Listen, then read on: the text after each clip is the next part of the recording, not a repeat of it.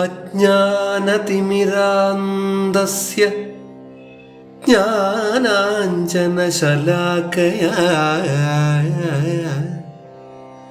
ചക്ഷുരുന്മീലിതം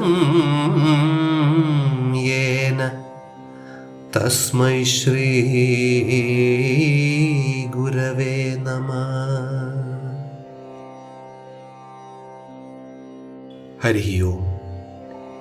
എല്ലാവർക്കും നമസ്കാരം. അജ്ഞാനതിമിരാന്തസ്യ ചക്ഷു.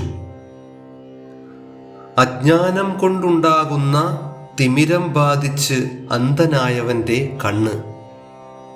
അതായത് അജ്ഞാനം, അറിവില്ലായ്മയാകുന്ന ഇരുട്ടുപരന്ന അന്ധനായവൻ്റെ കണ്ണ്. ജ്ഞാനാഞ്ജന ശലാകയാ, ജ്ഞാനമാകുന്ന അഞ്ജനം തേച്ച ശലാകം.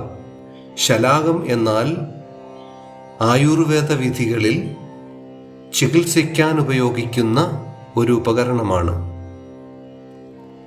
അതിൽ ജ്ഞാനമാകുന്ന അഞ്ജനം തേച്ച് യേന ഉന്മീലിതം, ആരാൽ തുറക്കപ്പെടുന്നുവോ, ശ്രീ ഗുരു, പൂജിതനായ ഗുരുവാകുന്ന, തസ്മൈ, അദ്ദേഹത്തെ, നമഃ, നമിക്കുന്നു. പ്രകാശം എപ്പോഴും അറിവിനെ കുറിക്കുന്നു. അതുപോലെ അന്ധകാരം എപ്പോഴും അജ്ഞാനത്തെ കുറിക്കുന്നു. ജീവിതത്തിൽ ഇരുട്ടിൽ മാത്രമാണ് നമുക്ക് ഭയമുണ്ടാകുന്നത്. പ്രകാശമുള്ളിടത്ത് ഒരിക്കലും ഭയം ഉണ്ടാകുന്നില്ല. പ്രപഞ്ചത്തിൽ എല്ലാം കാണുമ്പോഴും ജ്ഞാനത്താൽ ഉൾക്കണ്ണ് തുറന്നിട്ടില്ലാത്തവൻ അജ്ഞാനമാകുന്ന തിമിരം ബാധിച്ചവനാണ്.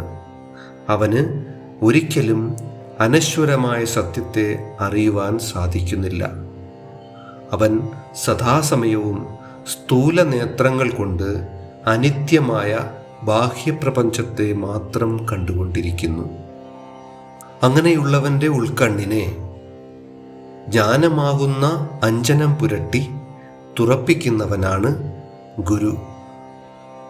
ഗു എന്ന ധാതു അന്ധകാരം എന്നതിനെയും രു എന്നത് ഇല്ലാതാക്കുക എന്ന അർത്ഥത്തെയും കുറിക്കുന്നു. അങ്ങനെ ഗുരു എന്ന നാമത്തിന് അജ്ഞാനത്തെ അഥവാ ഇരുട്ടിനെ ഇല്ലാതാക്കുന്നവൻ എന്ന് അർത്ഥം വരുന്നു.